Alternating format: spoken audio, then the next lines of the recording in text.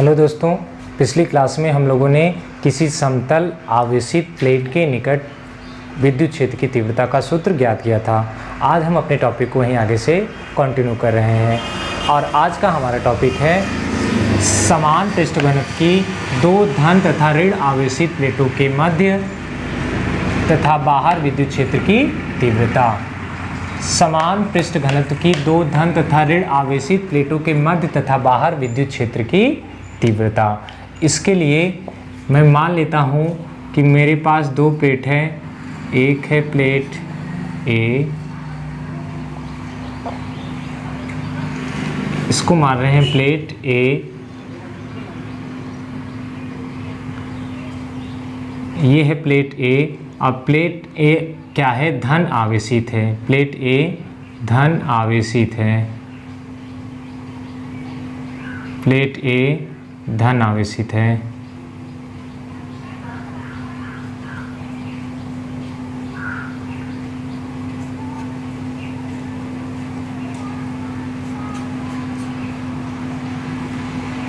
इसी प्रकार दूसरी प्लेट है प्लेट बी,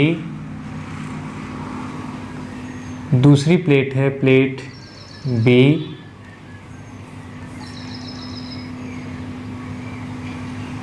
और प्लेट बी क्या है? ऋण आवेशित है। प्लेट बी ऋण आवेशित है। प्लेट बी ऋण आवेशित है और इस पर क्या बिखरा हुआ है? ऋण आवेश बिखरा हुआ है।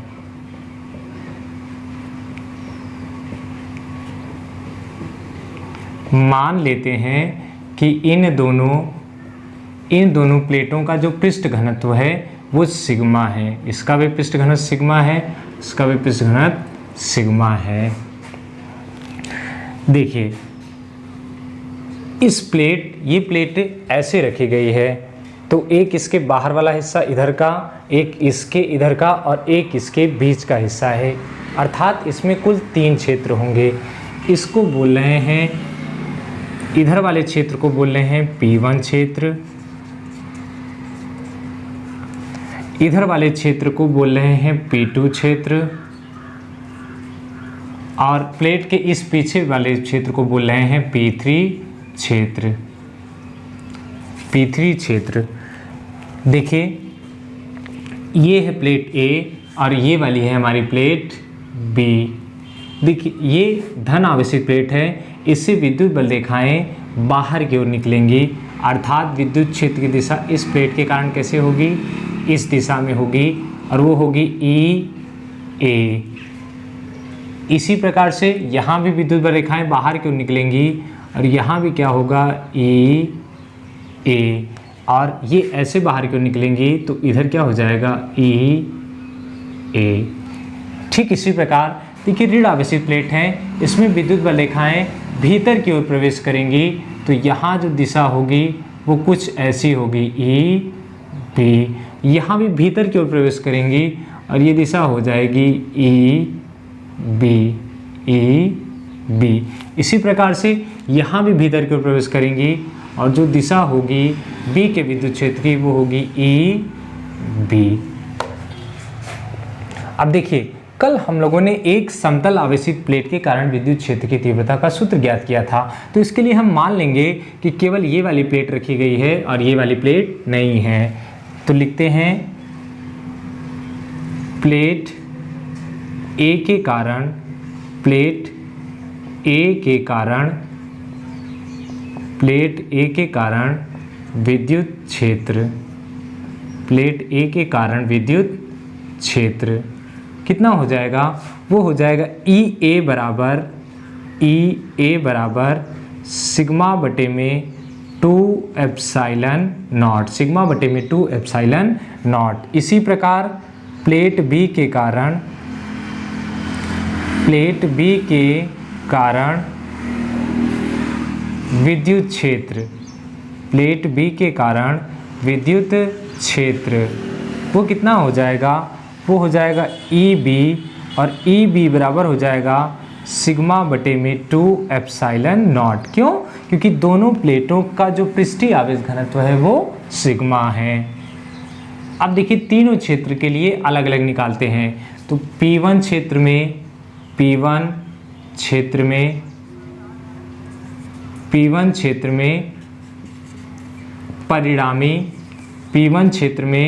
परिणामी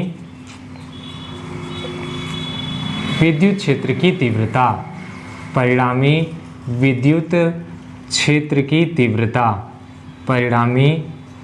क्षेत्र की तीव्रता वो कितनी हो जाएगी बाबू? देखो परिणामी विद्युत क्षेत्र है, इसको लिखेंगे E से और ये बराबर होगा, देखिए EA इस दिशा में है और EB विपरीत दिशा में है, तो इनका जो परिणामी आएगा वो इन दोनों को घटाने से प्राप्त होगा और वो हो जाएगा E बराबर EA माइनस EB। E बराबर आ जाएगा, EA का मान कितना है? सिग्मा बटे में 2 एप्सिलॉन नॉट। इसी प्रकार से EB का मान कितना है? सिग्मा बटे में 2 एप्सिलॉन नॉट। देखिए दोनों क्वांटिटी सेम है, E का मान आ जाएगा 0, अर्थात P1 क्षेत्र में जो विद्युत क्षेत्र की तीव्रता होगी वो कितनी होगी? 0 होगी। P1 क्षेत्र में विद्युत क्षेत्र की तीव्रता 0 होगी। इसी प्रकार निकालते हैं P3 क्षेत्र में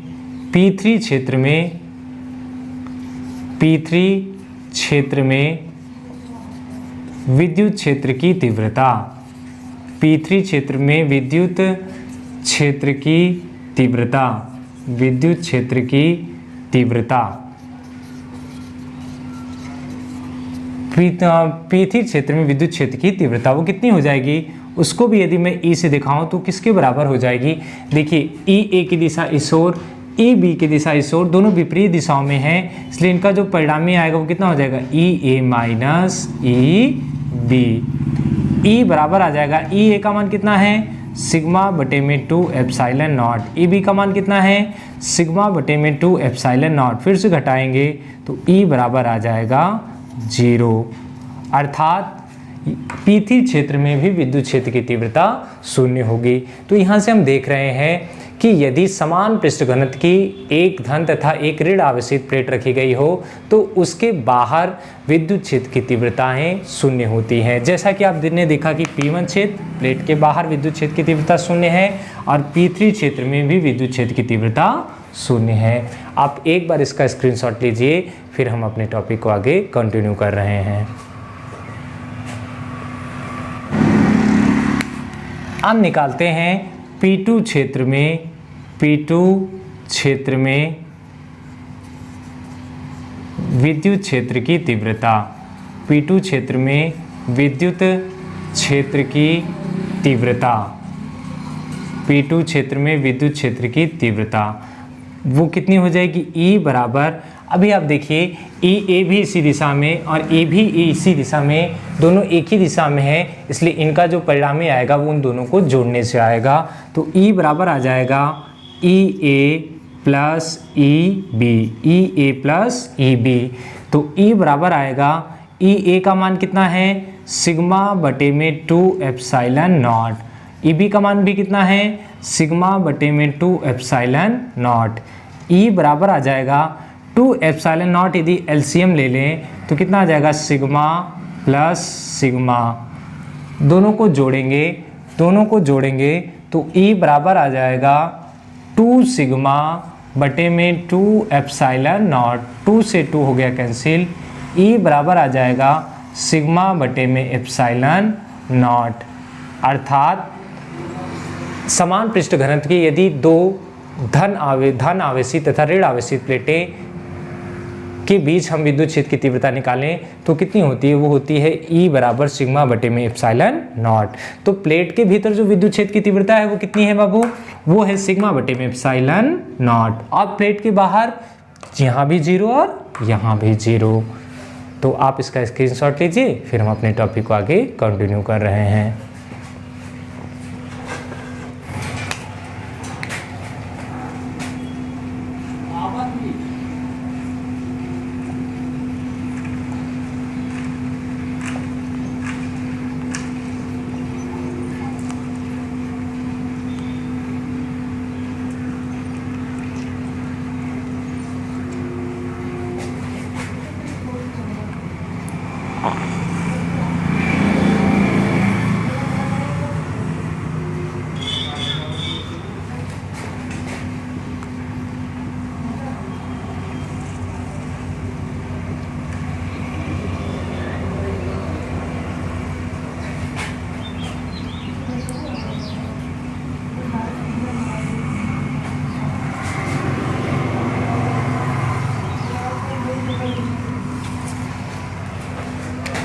हमारा अगला टॉपिक है किसी आवेशित गोली कोष के कारण विद्युत क्षेत्र की तीव्रता।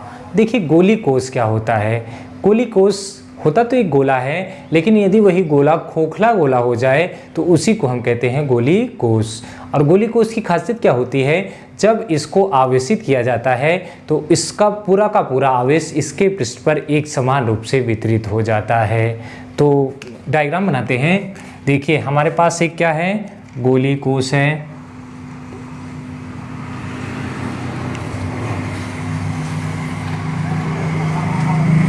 ये हमने गोली कोष बना लिया और जब इसको आवेशित किया जाएगा, मान लेते हैं इसकी त्रिज्या कितनी है, कैपिटल R है, और इसको जब आवेशित किया जाएगा तो पूरा का पूरा आवेश इसके पृष्ठ पर एक समान रूप से वितरित हो जाएगा, एक समान रूप से वितरित हो जाएगा।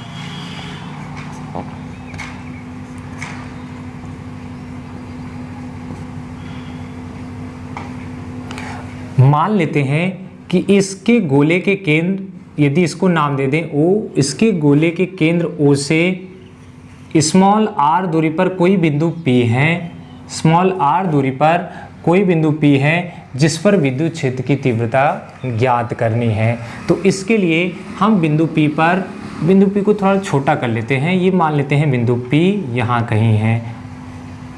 तो इसके लिए हम बिंदु P पर एक गॉसियन पृष्ठ की कल्पना करेंगे जो कि कैसा होगा, गोलाकार होगा। तो देखिए ये हम एक गॉसियन पृष्ठ बना रहे हैं। ये है एक गॉसियन पृष्ठ जो कि कैसा है, गोलाकार है। ये हो गया हमारा गॉसियन पृष्ठ। इस गॉसियन पृष्ठ का एक छोटा सा हिस्सा ले रहे हैं जिसको हम लोग बोलते हैं क्षेत्रफल सदिश। इसको हम लोग बोलते हैं क्षेत्रफल सदिश। और क्षेत्रफल सदिश की खासियत क्या होती है, ये हमेशा किसी भी पृष्ठ के लंबवत होता है। देखिए इसका जो क्षेत्रफल सदिश होगा वो लंबवत बाहर की ओर होगा, उसकी दिशा कुछ ऐसे होगी, उसकी दिशा कुछ ऐसे होगी। इसको नाम दे रहे हैं ds। देखिए विद्युत बल रेखाएं हैं ना, तो इससे विद्युत बल रेखाएं, ये धन आवेश है तो इससे विद्युत बल रेखाएं क्या होंगी, बाहर की ओर निकलेंगी। तो विद्युत क्षेत्र की दिशा कुछ इस दिशा में होगी। इसको हम दिखा रहे हैं E से, इसको दिखा रहे हैं E से। तो इसमें पहली स्थिति लेते हैं, जब बिंदु P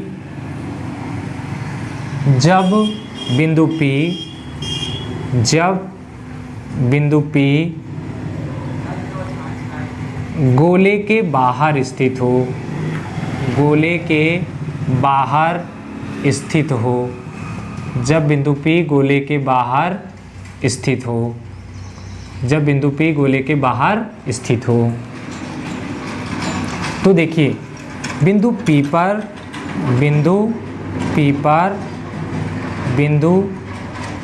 पर कुल फ्लक्स, कुल विद्युत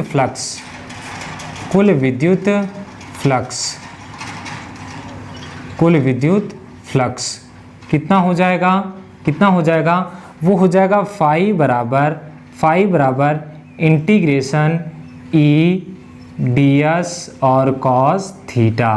थीटा किसके किसके बीच का कोण है, E के बीच का और ds के बीच का। अभी देखिए E भी इसी दिशा में और ds भी इसी दिशा में, तो यहाँ थीटा का मान क्या है, 0 है। तो फाई बराबर आएगा integration E ds cos 0 degree. cos 0 का मान होता है 1, तो फाई बराबर आएगा E ds, cos 0 का मान है 1, तो फाई बराबर आ जाएगा इंटीग्रेशन E ds।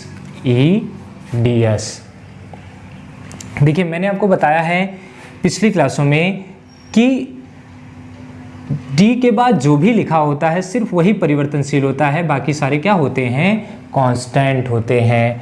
तो E को हम बाहर निकाल लेंगे, फाई बराबर हो जाएगा E इंटीग्रेशन ds। और जब मैं ds का इंटीग्रेशन करूंगा तो इस पूरे गोलीय पृष्ठ का क्या आ जाएगा, पृष्ठीय क्षेत्रफल आ जाएगा। तो फाई बराबर आ जाएगा E गुणे 4 पाई आर स्क्वायर, क्योंकि इस गोली कोश की त्रिज्या कितनी है, स्मॉल आर।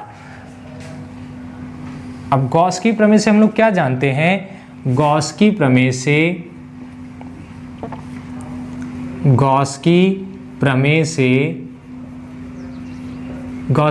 से क्या जानते हैं, फाई बराबर होता है क्यू बटे में एप्सिलॉन नॉट। ये फाई का मान यहाँ पुट कर रहे हैं, तो कितना हो जाएगा, क्यू बटे में एप्सिलॉन नॉट बराबर हो जाएगा ई गुणे 4 पाई आर स्क्वायर। और हम निकालना क्या चाहते हैं, विद्युत क्षेत्र की तीव्रता ना, अर्थात ई का मान ई गुणे 4 पाई आर स्क्वायर। तो ई बराबर आ जाएगा क्यू बटे में 4 पाई एप्सिलॉन नॉट और आर स्क्वायर। इसको थोड़े अच्छे वे में अरेंज करते हैं, तो ई बराबर आ जाएगा 1/4 पाई एप्सिलॉन नॉट क्यू बटे में आर स्क्वायर। यही होती है किसी गोली कोश के कारण विद्युत क्षेत्र की तीव्रता। कब, जब बिंदु P गोले के बाहर स्थित हो। आप एक बार इसका स्क्रीनशॉट लीजिए, फिर हम अपने टॉपिक को आगे कंटिन्यू कर रहे हैं।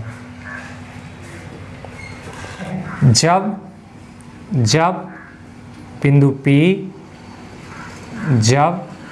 बिंदु P गोले पर स्थित हो। अब ये बिंदु P यहाँ ना होकर के इस गोले पर कहीं आ जाए। जब बिंदु P गोले पर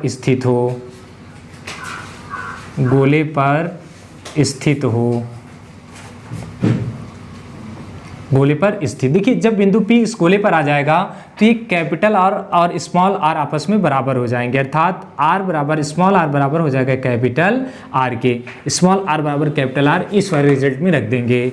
तो देखिए ई बराबर आ जाएगा 1/4 पाई एप्सिलॉन नॉट क्यू बटे में स्मॉल आर की जगह क्या लिख देंगे, कैपिटल आर। तो ये हो जाएगा कैपिटल आर का स्क्वायर। यहाँ से ई बराबर हमको मिल जाएगा 1/4 पाई एप्सिलॉन नॉट क्यू बटे में कैपिटल आर का स्क्वायर। इसमें एक तीसरी स्थिति लेते हैं।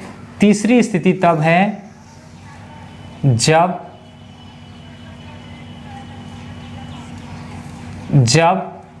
बिंदु P गोले के भीतर स्थित हो। जब बिंदु P गोले के भीतर स्थित हो। देखिए बिंदु P, चाहे तो आप इसका एक अलग से डायग्राम बना सकते हैं। देखिए ये था हमारा गोली कोश जिसको मैंने आवेशित किया था, तो पूरा का पूरा आवेश इसके पृष्ठ पर एक समान रूप से वितरित हो गया था। अब बिंदु P को मैं यहाँ कहीं ले रहा हूँ, तो अब क्या करेंगे, यहाँ पर एक गॉसियन पृष्ठ की कल्पना करेंगे। तो देखिए ये था बिंदु O और O से यहाँ तक की दूरी कितनी थी, O से यहाँ तक की दूरी थी कैपिटल R और O से P तक की दूरी कितनी थी, स्मॉल r। चाहे तो आप लिख भी सकते हैं कि इस स्थिति में r लेस देन है कैपिटल R से। तो देखिए तब विद्युत क्षेत्र कितना हो जाएगा, E बराबर हमने निकाला था, E बराबर है 1/4 पाई एप्सिलॉन नॉट क्यू बटे में आर स्क्वायर। और अभी मैंने आपको बताया था जब किसी गोली कोश को आवेशित किया जाता है तो पूरा का पूरा आवेश इसके पृष्ठ पर आ जाता है। देखिए तीसरी स्थिति पर विचार करें, जब बिंदु P गोले के भीतर स्थित हो, स्मॉल r लेस देन हो कैपिटल R से। तो इस स्थिति में देखिए विद्युत क्षेत्र की जो तीव्रता है वो कितनी हो जाएगी, E बराबर होता है 1/4 पाई एप्सिलॉन नॉट क्यू बटे में R स्क्वायर। तो देखिए तो E बराबर हो जाएगा 1/4 पाई एप्सिलॉन नॉट, Q का मान है 0 बटे में हो जाएगा R स्क्वायर। तो E बराबर हो जाएगा 0, अर्थात गोले के भीतर कोई भी विद्युत क्षेत्र नहीं होगा। तो दोस्तों मुझे पूरा विश्वास है कि आज आपको जो कुछ भी पढ़ाया गया है वो काफ़ी अच्छे से समझ में आया होगा। लेकिन फिर भी यदि आपके कोई डाउट रह जाते हैं तो आप कमेंट बॉक्स में ज़रूर लिखिएगा। तो फिर मिलते हैं अगली क्लास में, तब तक के लिए गुड बाय।